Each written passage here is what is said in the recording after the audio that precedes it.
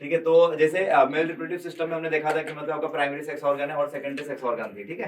तो वैसे female reproductive system में आपका primary and secondary sex organs भी है, ठीक है। तो बेसिकली यहाँ पे प्राइमरी सेक्स, जैसे आपका मेल रिप्रोडक्टिव सिस्टम में प्राइमरी सेक्स ऑर्गन क्या था, टेस्टिस था, ठीक है। एक्सेसरी में हमने देखा था कि डिफरेंस हो गया, एपिडाइमिस हो गया, ठीक है। तो सारी चीजें देखे थे। अब यहाँ पे फीमेल रिप्रोडक्टिव सिस्टम में जो आपका जो प्राइमरी सेक्स ऑर्गन है, तो सबसे पहले आपका आएगा यहाँ पे क्या है, ओवरी आएगा, ठीक है। एंड जो आपका सेकेंडरी या जिसको हम बोलेंगे एक्सेसरी सेक्स ऑर्गन, जो आपका फीमेल सेक्स ऑर्गन्स में, तो आपका आ जाएगा सबसे पहले आपका फालोपियन ट्यूब, देन आपका आ जाएगा यूटेरस, देन आपका आ जाएगा सर्विक्स, देन वजाइना, ठीक है। तो ये जो आपका स्ट्रक्चर्स हैं, ये अपन एक एक करके डिस्कस करने वाले हैं, ठीक है। तो ये बेसिकली आपका प्राइमरी सेक्स ऑर्गन है, ये एक्सेसरी सेक्स ऑर्गन है, ठीक है। तो इसके अलावा और कुछ ग्लैंड्स है, जैसे मेल में आपने देखा था कुछ ग्लैंड्स थे, प्रोस्टेट ग्लैंड था, कॉपर्स ग्लैंड था, ठीक है। वैसे ग्लैंड्स यहाँ पे भी है, उसके बारे में डिटेल में डिस्कस करेंगे, ठीक है। तो ये टिपिकल फीमेल रिप्रोडक्टिव सिस्टम का स्ट्रक्चर देख लेते हैं कैसा बेसिकली होता है ये, ठीक है। वन साइड बनाया हूं मैं, दिस इज यूटेरस, ये आपका क्या है, यूटेरस है। दिस इज फालोपियन ट्यूब, जिसको हम ओविडक्ट भी बोलते हैं। जैसे स्पर्म डक्ट वहां पे बोला था, वैसे यहाँ पे क्या है, ओविडक्ट है, ठीक है। तो इसको फालोपियन ट्यूब भी है, जो आपका फालोपियन ट्यूब है उसी का दूसरा नाम है, क्या है, ओविडक्ट,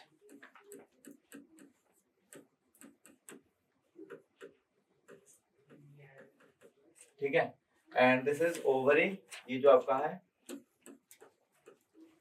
एंड ये जो आपका है यूटेरस है, ठीक है। And this is cervix, and this is vagina, ठीक है।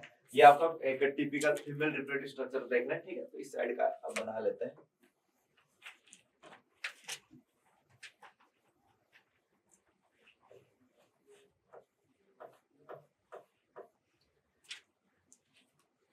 ठीक है। लिंक यहाँ पे कर लो, दिस इज ओवरियन लिगामेंट,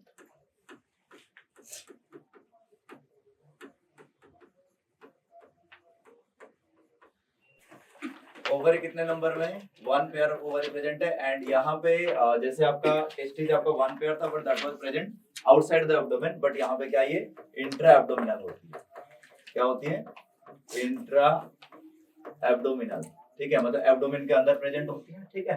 तो ओवरी के अंदर आपका बेसिकली क्या प्रोसेस होती है ना, ओवरी के अंदर आपका क्या होता है, कई सारे फॉलिकल्स होते हैं, क्या होते हैं, फॉलिकल्स होते हैं। वो फॉलिकल आपका क्या करते हैं, डेवलप होते हैं। तो डेवलप जब होती हैं, तो डेवलप होने के बाद ये आपका मैच्योर स्ट्रक्चर बनती है, जिसको हम बोलते हैं ग्राफियन फॉलिकल, ठीक है। और इस ग्राफियन फॉलिकल से आपका प्रोडक्शन क्या होती है, ओवम का प्रोडक्शन होती है, ठीक है।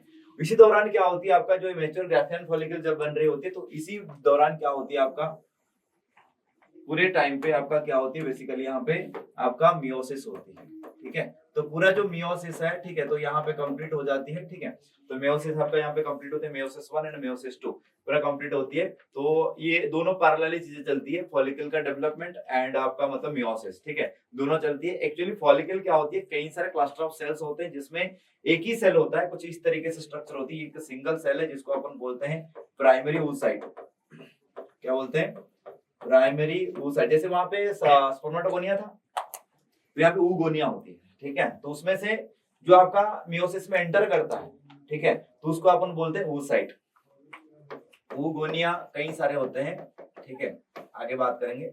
oogonia में जो आपका मियोसिस 1 में एंटर करता है, ठीक है, मियोसिस 1, ठीक है, जो एंटर करेगा तो उसको अपन क्या बोलेंगे, प्राइमरी oocyte बोलेंगे। नाउ दिस प्राइमरी oocyte क्या करेगा, तो आपका मियोसिस 1 जब कंप्लीट करेगा तो क्या बनेगा, सेकेंडरी कंप्लीट हो गया, तो जिसके वजह से क्या बनेगा, सेकेंडरी oocyte, जो कि हैप्लॉइड होती है, ठीक है। और ये सेकेंडरी oocyte फर्दर क्या होती है, मेयोसिस 2 कंप्लीट करेगा, जिसके वजह से आपका क्या बनेगा, क्या बनेगा, ओवम बनेगा। समझ आ रही बात, ठीक है। तो ओवम की अगर हम बात करें, तो ओवम एक यूनिसेल स्ट्रक्चर होती है, जो कि बेसिकली अगर हम बात करें, उसका न्यूक्लियस ये है, ठीक है। ये आपका n नंबर ऑफ क्रोमोसोम यहाँ पे प्रेजेंट होती है। साइज में बड़ा होता है, किसके कंपैरिजन में, स्पर्म के कंपैरिजन में। पूरे ह्यूमन बॉडी में जो सबसे बड़ा सेल होती है आपका ओवम होता है, लार्जर। लॉन्गेस्ट तो आपका न्यूरॉन्स है, बट आपका लार्जेस्ट कौन सा है, ओवम है, ठीक है। तो यहाँ पे जो आपका इधर जो बता रहा हूँ फॉलिकल्स जो है, उस फॉलिकल के अंदर आपका क्या प्रेजेंट होती है, प्राइमरी oocyte प्रेजेंट होती है। फॉलिकल के अंदर क्या प्रेजेंट होती है, प्राइमरी oocyte, उसमें आपका फर्दर डेवलपमेंट होती है, तो क्या बनती है, आपका ओवम बनती है। तो ये जो आपका उसी दौरान जो मेयोसिस 1 मेयोसिस 2 जब हो रहा होता है उसको डेवलपमेंटल स्टेज बोलते हैं, जो कि आपका मेच्योर जो आपका फॉलिकुलर स्टेज है उसका नाम क्या है, ग्राफियन फॉलिकल। तो ग्राफियन फॉलिकल में आपका क्या होती है, ओव्यूलेशन होती है। जब ओव्यूलेशन होगा तब जाके आपका क्या बनेगा, ओवम की प्रोडक्शन होगी। तो आपको ये फ्लोचार्ट बनानी, वन पेयर ऑफ ओवरी है एंड इंट्रा एब्डोमिनल है, फॉलिकल्स होते हैं, फॉलिकल में आपका क्या डेवलपमेंट होती है, ग्राफियन फॉलिकल बनता है, ग्राफियन फॉलिकल में ओव्यूलेशन होती है, तो क्या बनती है, ओवम बनती है, ठीक है। उसके बाद oogonia सेल है, ये जो कि आपका डाइप्लॉइड है, ठीक है। ये आपका क्या होता है ना, आपका प्राइमरी oocyte बनती है पहले, मतलब ऐसे एक्चुअली अगर मैं बताऊं जितने आपका oogonia बनना चाहिए वो आपका अप टू बर्थ बन जाती है फीमेल में। फीमेल में further new addition of oogonia नहीं होती है। मेल में स्पर्मेटोगोनिया सेल्स एडिशन होते हैं till the end of life, but female में क्या होता है, अप टू बर्थ जितना oogonia बनना चाहिए बन जाते हैं। और कितना बनते हैं, 4 लाख बनते हैं oogonia जो है, 4 लाख बनते हैं अप टू बर्थ, ठीक है। बट फ्रॉम बर्थ से लेके आपका जो प्यूबर्टी, बर्थ से लेके कहां तक, प्यूबर्टी तक, ठीक है, उनमें से कई सारे डिस्ट्रॉय हो जाते हैं। तो प्यूबर्टी तक आपका बचते हैं सिर्फ कितने बचते हैं, 80,000 बचते हैं। कितना बचते हैं, 80,000 बचते हैं। क्या जो बचते हैं तो उसको अपन क्या बोलते हैं, प्राइमरी oocyte बोलते हैं। और उनमें से सिर्फ एक्चुअली हमें चाहिए होता है 400 से 500 चाहिए होते हैं, क्योंकि इन एवरी मेंस्ट्रुअल साइकिल, अगर हर मेंस्ट्रुअल साइकिल के मेंस्ट्रुअल साइकिल आगे पढ़ने वाले, हर एक मेंस्ट्रुअल साइकिल में एक ही ओवम प्रोड्यूस होती है, only one ovum is produced in every menstrual cycle. And female में आपका 10 से 12 साल के बाद आपका रिप्रोडक्टिव फेज अटेंड होती है। उसके बाद ये जो आपका मतलब मेंस्ट्रुअल साइकिल स्टार्ट होती है 10 से 12 साल में, एंड उसके बाद ये कंटिन्यू रहता है कब तक ना, 45 से 55 ईयर तक कंटिन्यू रहता है, समझ आई बात। मतलब बीच में जो रिप्रोडक्टिव फेज ऑफ लाइफ है that is approximately 35 to 40 years, 35 to 40 years है, ठीक है। एंड हर एक महीने में एक ओवम रिलीज होता है, समझ आई बात। हर एक मंथ में मेंस्ट्रुअल साइकिल होगी तो एक ही ओवम रिलीज होगा। तो ईयरली आपका 12 इंटू आप कर लो 40 कर लो तो कितना हो जाएगा, 480 ओवम प्रोड्यूस होंगे। एंड आपको ये आपने पढ़ा हुआ है पहले से ही, एक oocyte से आपका क्या बनती है, आपका एक ही ओवम बनती है, 4 तो नहीं बनेंगे। स्पर्म के केस में क्या होता था, मेल के केस में क्या होता था, स्पर्मेटोजेनेसिस में एक मतलब आपका स्पर्मेटोसाइट से क्या बनते थे, 4 स्पर्म बनते थे, याद है कि नहीं है, मियोसिस पढ़ा है, अरे पढ़ा है ना मियोसिस। तो एक से कितना बनता था, 4 बनता था मेल के, बट फीमेल के केस में कितना बनता है, एक ही बनता है। तो इसीलिए एक्चुअली अगर देखा जाए 480 number of primary oocytes are actually required.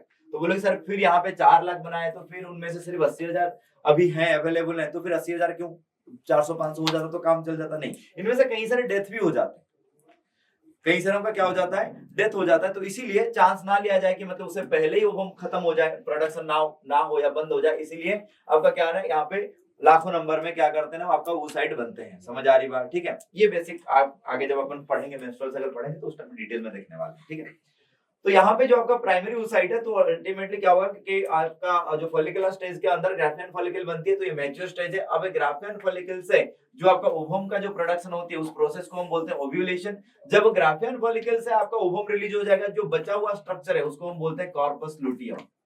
क्या बोलते हैं, कॉर्पस लुटियम, ठीक है। कॉर्पस लुटियम क्या है ना, Graafian follicle devoid of ovum, when ovulation takes place in graphene follicle the remaining structure, ये एक्चुअली कुछ ऐसा स्ट्रक्चर होता है, ये आपका क्या है, ग्राफियन फॉलिकल है। तो इसमें क्या रप्चर होती है, रप्चर होने के बाद क्या होती है, ये रहा आपका जो आपका रिमेनिंग ग्राफियन फॉलिकल का स्ट्रक्चर रहा, और ये आपका रिलीज हो गया ओवम। तो जो रिमेनिंग स्ट्रक्चर है जिसको अपन क्या बोलते हैं, कार्पस लुटियम बोलते हैं। तो क्वेश्चन है what is corpus luteum, Graafian follicle divide of ovum. Note down करें।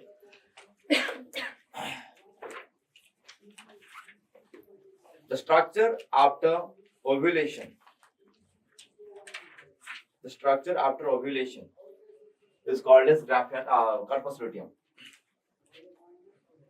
क्या बोलेंगे, corpus luteum। corpus luteum क्या है, the structure after ovulation। समझा क्या, ठीक है। तो मतलब ये आपका ग्राफियन फॉलिकल है, ये ऐसा एक डायग्राम बना भी सकते हो। ये आपका ग्राफियन फॉलिकल है, इसमें हुआ ओव्यूलेशन, ठीक है, ये हो गया आपका ओवम। ठीक है, जो रिमेनिंग स्ट्रक्चर है उसका नाम क्या है, कार्पस लुटियम। समझ आ रही बात? ठीक है, क्लियर है?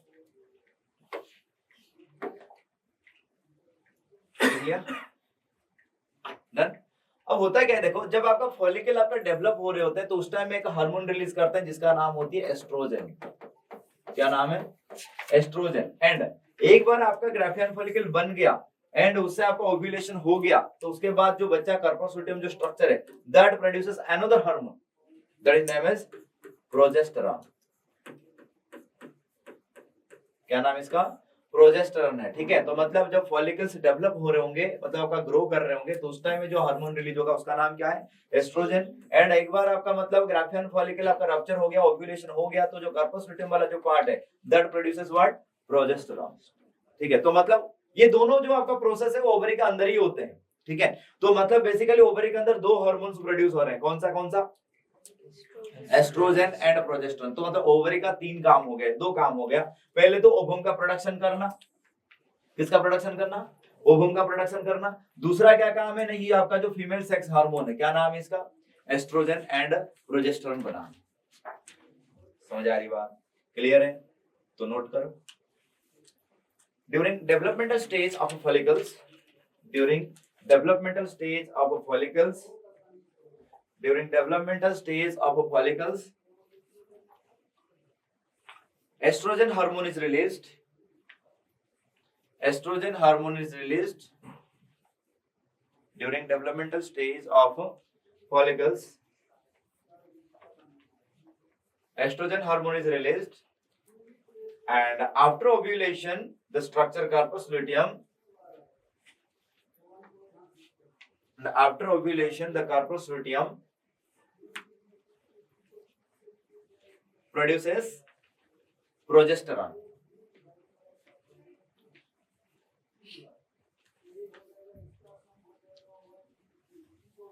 ठीक है, तो जैसे spermatogenesis was the process of synthesising sperm, producing sperm, जैसे ओवम को प्रोडक्शन करने का प्रोसेस को क्या बोलेंगे?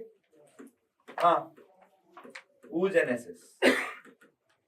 Oogenesis is the process of formation what? Ovum. ठीक है, लिखो। Production of ovum is called as oogenesis.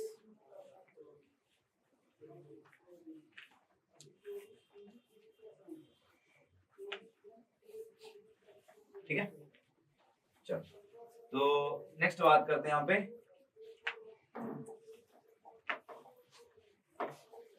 Next अपन बात कर, नेक्स्ट जो स्ट्रक्चर है अपने यहाँ पे आपका ओवरी के बाद नेक्स्ट स्ट्रक्चर आपका है फैलोपियन ट्यूब, जिसका दूसरा नाम क्या है? ओविडक्ट। क्या नाम उसका? ओविडक्ट। ठीक है, तो इसका जो लेंथ है ये नियर अबाउट 12 सेंटीमीटर लेंथ होती है। ठीक है, और ये कनेक्ट करता है किसको किससे? That connects ovary with uterus. ये ओवरी को यूटेरस से कनेक्ट कर रहा होता है। ठीक है, किसको किससे कनेक्ट करता है? It connects ovary with uterus. जो ओवरी से जो आपका प्रोड्यूस हुआ ओवम, वो ओवम क्या होगा अभी? हाँ, कलेक्ट होके आएगा। कौन कलेक्ट करेगा?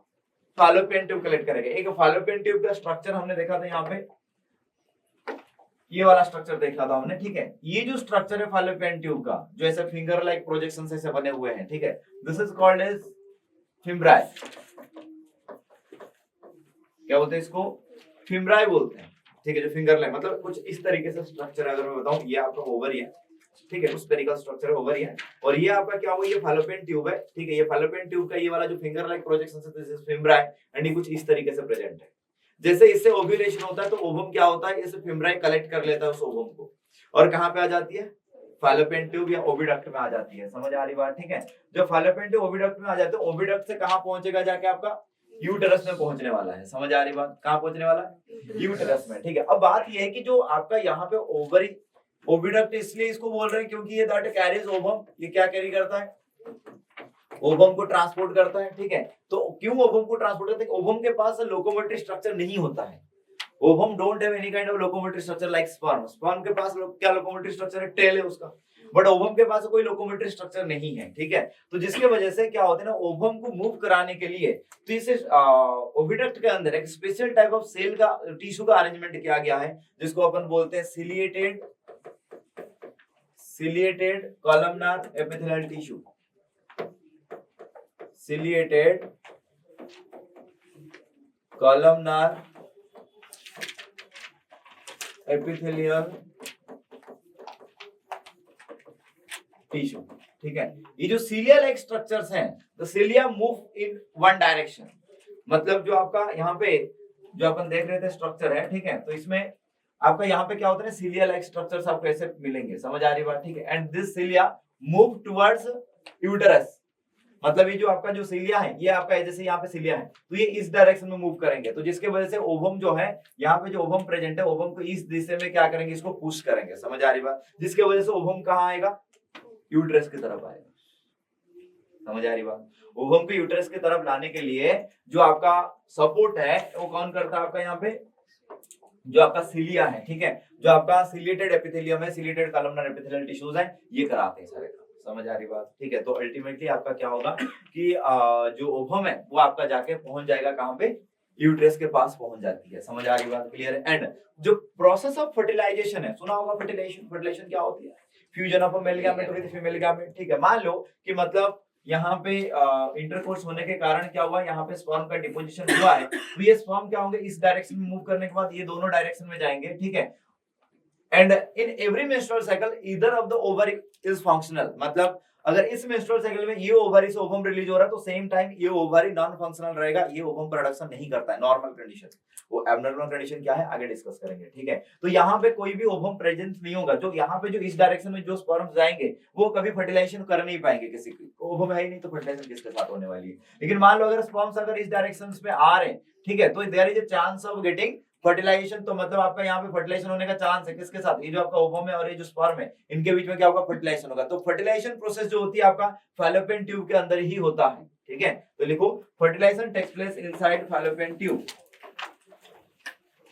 Fertilisation takes place in fallopian tube,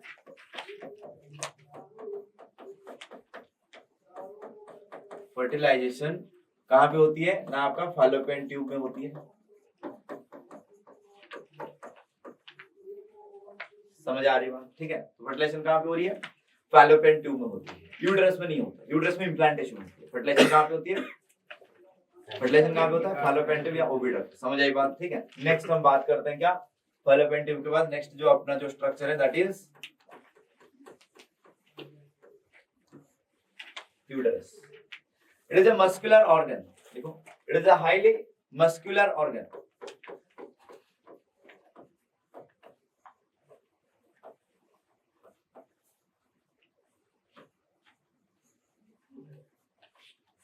ठीक है। इसको यूट्रस का दूसरा नाम क्या होता है, क्या होता है, इसको वूम कहते हैं यूट्रस को, ठीक है।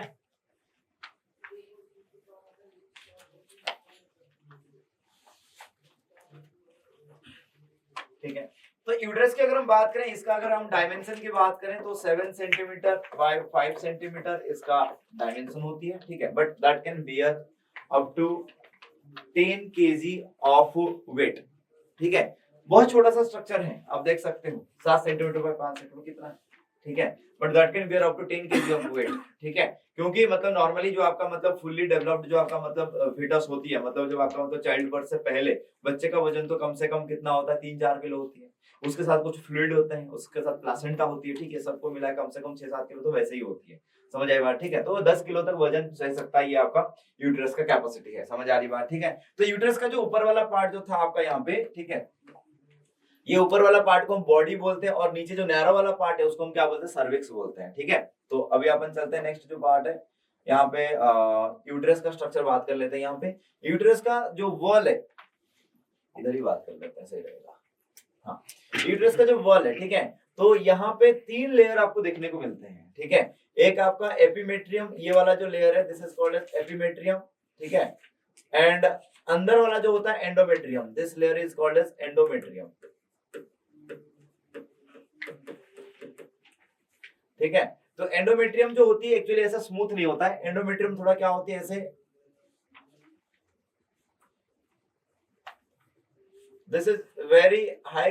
रिच ब्लड सप्लाई ऑफ, मतलब ब्लड वेसल के बहुत ज्यादा मतलब नंबर कंटेंट होते हैं यहाँ पे, जिसके वजह से ये आपका स्मूथ तो ऐसे नहीं होती है, ये आपका रफ होती है। समझ आ रही बात? ठीक है।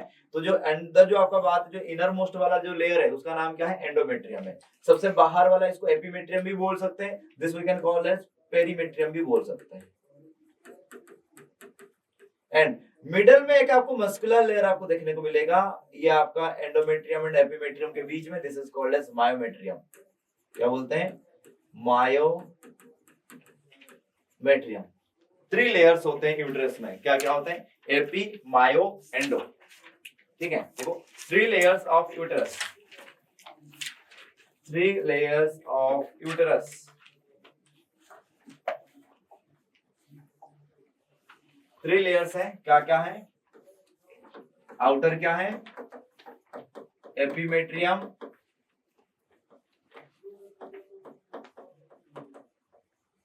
मिडल क्या है? मस्कुलर लेयर है जिसका नाम क्या है? मायोमेट्रियम, एंड इनर मोस्ट जो आपका है इसको बोलेंगे endometrium, which is rich blood supply। क्योंकि इम्प्लांटेशन इधर ही होने वाला है, प्लासेंटा इधर ही बनने वाला है, तो इसलिए जो एंडोमेट्रियम है वो आपका क्या है? Rich with blood supply. समझ आ रही बात? ठीक है। And this endometrium line actually sets of in every menstrual cycle. जो 3 लेयर है, कौन सा है? आउटर एपीमेट्रियम एंड मायोमेट्रियम है। ये सेटअप नहीं होते मेंस्ट्रुअल साइकिल के दौरान। तो मेंस्ट्रुअल साइकिल के दौरान जो मेंसेस रिलीज होते हैं उसमें आपका ये एंडोमेट्रियम क्या होती है? सेटअप होती है। फिर मतलब नेक्स्ट मेंस्ट्रुअल साइकिल में फिर से बनता है और फिर से सेटअप होता है। ये रेगुलरली ऐसे आपका क्या होता है? अल्टरनेट वे में आपका ऐसे चीजें चलती रहती है। समझ आ रही बात? ठीक है। तो ये आपका यूट्रस का हो गया। नेक्स्ट अपन बात करते हैं सर्विक्स। सर्विक्स का ज्यादा कुछ नहीं है। सर्विक्स आपका कनेक्ट कर रहा है किसको? यूट्रस को वजाइना के साथ कनेक्ट कर रहा है। खाली लिख लो सर्विक्स। ये जो है ये कनेक्ट कर रहा है, connect uterus to vagina. Next vagina. Like male में जो आपका कॉपुलेटरी ऑर्गन था क्या था? पेनिस। तो फीमेल में कॉपुलेटरी ऑर्गन क्या है? वजाइना। ठीक है। तो कॉपुलेटरी ऑर्गन, ठीक है, कॉपुलेटरी ऑर्गन फीमेल में कॉपुलेटरी ऑर्गन क्या है? वजाइना है। ठीक है, जो कि 10 to 15 सेंटीमीटर लॉन्ग होती है। 10 to 15 सेंटीमीटर लॉन्ग। ठीक है।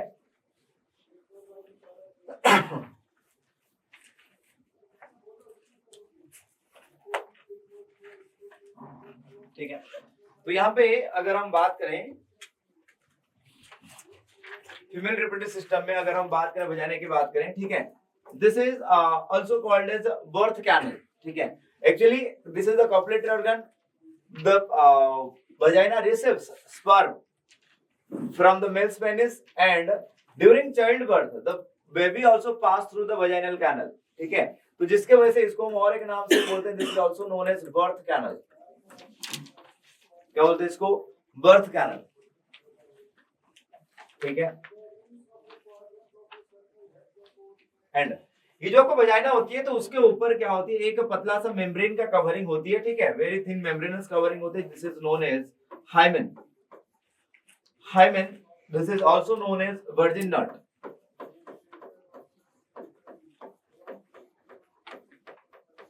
This is known as virgin nut. ठीक है, hymen.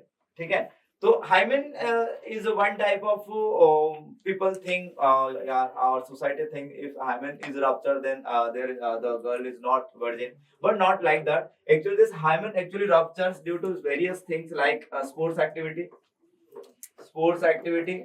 like horse riding, like आपका gymnastic, there are several sports are there due to which this hymen also ruptures, but that's why this hymen is not the only reliable sign of virginity। ठीक है, तो लिख लो hymen is not the reliable sign of presence or absence of hymen। Presence or absence of hymen is not a reliable indicator of virginity। not a reliable indicator of virginity because it can be ruptured. It can be ruptured due to various sports activities. Can be ruptured due to various sports activities like long jump, high jump, horse riding, gymnastics.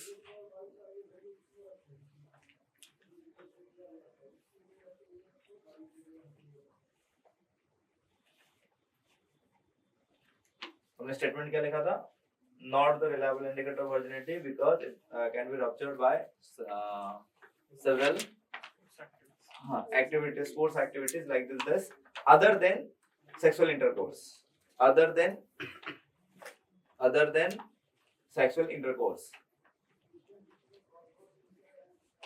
ठीक है, तो ये चीजें आपका क्या है, आपका vagina के बारे में है। ठीक है, तो नेक्स्ट अपन ने पढ़ा था वजाइना का जो आपका मतलब पीएच होती है वैसे होती है। ठीक है, इसके अलावा वजाइना के बाहर और कुछ स्ट्रक्चर्स होते हैं जिसको अपन क्या बोलते हैं, वल्वा बोलते हैं। Vulva, all the structures present outside vagina, देखो all the structure present outside vagina is called as, all the structure present outside or exterior to vagina, exterior to vagina, whatever the structures are present, these are called as, collectively called as vulva। जैसे कि इसमें क्या क्या आते हैं, इसमें सबसे पहला आपका आता है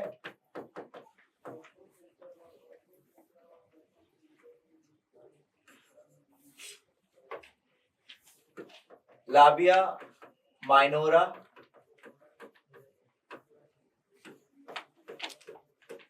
लाबिया मेजोरा,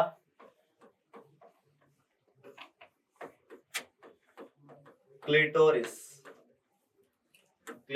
हाँ,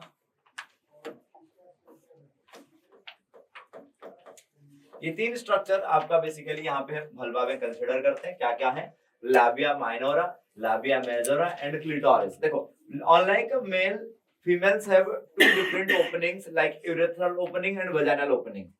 Urethral opening that passes the urine and vaginal opening that passes a baby or that help in production of offspring by sexual intercourse। तो बट मेल में क्या होता था कि आपका यूरोजेनिटल डक्ट अपन इसको बोलते थे, यूरिन स्पर्म दोनों पास करवाता था, राइट ना। तो यहाँ पे वजाइनल ओपनिंग के बाहर जो भी स्ट्रक्चर है उसको अपन क्या बोलते हैं, वल्वा बोलते हैं कलेक्टिवली। तो उसमें आपका क्या होती है ना, labia minora, this is called as smaller lips like structure, smaller lips like structure that covers vaginal opening। vaginal opening को कवर करने वाला जो स्मॉलर लिप लाइक स्ट्रक्चर्स है उसको अपन क्या बोलते हैं, हाँ, लाबिया माइनोरा। ठीक है, क्लियर है। एंड लाबिया मेजोरा क्या है ना, ग्रेटर लिप्स और this is also called as larger lips like structure that covers, किसको कवर कर रहा है, लाबिया माइनोरा। लाबिया माइनोरा के बाहर और एक मतलब स्ट्रक्चर है जिसको कवर कर, लाबिया माइनोरा को कवर करने वाला स्ट्रक्चर है, that is called as labia majora. Minora को कवर कर रहा है कौन, लाबिया मेजोरा। समझ आई बात? ठीक है, next clitoris, this is the female, this is homologous to penis, homologous to penis, males penis. ठीक है, this is the female excitatory organ.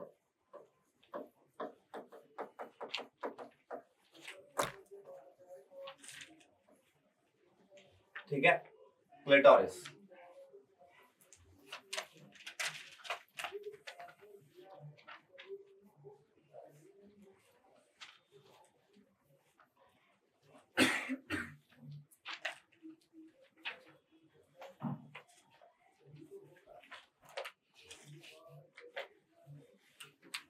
ठीक है, नेक्स्ट जो अपन बात करने वाले यहाँ पे रोल ऑफ हार्मोन्स क्या है। ठंडी लग रही, तो रोल ऑफ हार्मोन क्या है। ठीक है, जो हार्मोन्स हमने देखे यहाँ पे दो, कौन से, एस्ट्रोजन एंड प्रोजेस्टेरोन, इन दोनों का काम क्या है, ठीक है। जो बेसिकली जो आपका एस्ट्रोजन है, हेडिंग डाल दो रोल ऑफ हार्मोन। एस्ट्रोजन जो है ये बेसिकली क्या कराता है आपका secondary sexual behaviour, secondary sexual behaviour where को कैरी करता है। सेकंड जो आपका प्रोजेस्टेरॉन है, ठीक है, जो प्रोजेस्टेरॉन है दैट मेंटेन्स एंडोमेट्रियल लाइनिंग या एंडोमेट्रियल लाइनिंग बोल सकते हैं या एंडोमेट्रियम भी बोल सकते हैं, ठीक है। तो दैट promotes pregnancy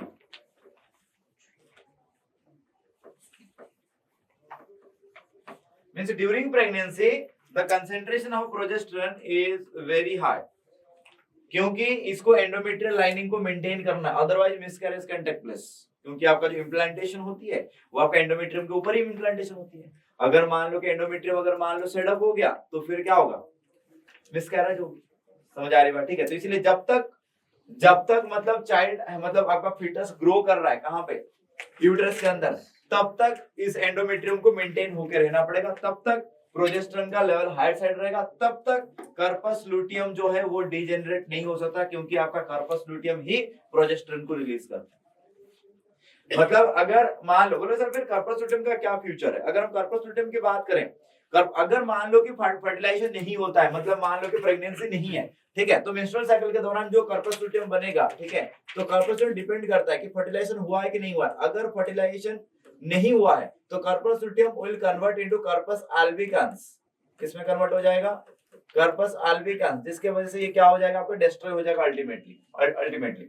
लेकिन अगर फर्टिलाइजेशन होती है तो फिर corpus luteum will maintain, that will remain active, कब तक, till the end of pregnancy. मतलब जो आपका 9 मंथ 10 डेज, जो कि अपन बोलते हैं 270 प्लस माइनस 10 डेज जो बोलते हैं, ठीक है, जो आपका प्रेगनेंसी पीरियड है, जिसको हम और एक नाम से बोलते हैं गेस्टेशन पीरियड। क्या बोलते हैं, गेस्टेशन पीरियड, जिसको हम प्रेगनेंसी पीरियड बोलते हैं, ठीक है। This is also known as pregnancy period को हम क्या बोलते हैं, गेस्टेशन पीरियड बोलते हैं, ठीक है। तो कितना है, 270 प्लस माइनस 10 डेज है। तो ये जो आपका है तब तक ये आपका कार्पस लुटियम मेंटेन होकर रहना पड़ेगा। समझ आ रही बात, ठीक है। तो एस्ट्रोजन का जो सेकेंडरी सेक्सुअल बिहेवियर है, ठीक है, सेकेंडरी सेक्सुअल बिहेवियर है, ये पता है कि नहीं पता, बताना पड़ेगा, कोई बात नहीं। अगले class upon male and female दोनों में जो आपका सेकेंडरी सेक्सुअल कैरेक्टर्स हैं आफ्टर प्यूबर्टी, मींस प्यूबर्टी के बाद ही आपका ये हार्मोन्स रिलीज होते हैं फीमेल में, एंड प्यूबर्टी के बाद मेल में टेस्टोस्टेरोन रिलीज होता है। तो उसके वजह से ड्यूरिंग एडोलेसेंस, ड्यूरिंग टीनेजर्स, तो क्या क्या मतलब चेंजेस आते हैं, सेकेंडरी सेक्सुअल बिहेवियर क्या होते हैं, वो चीज अपन अगले क्लास देखेंगे, ठीक है, चलेगा।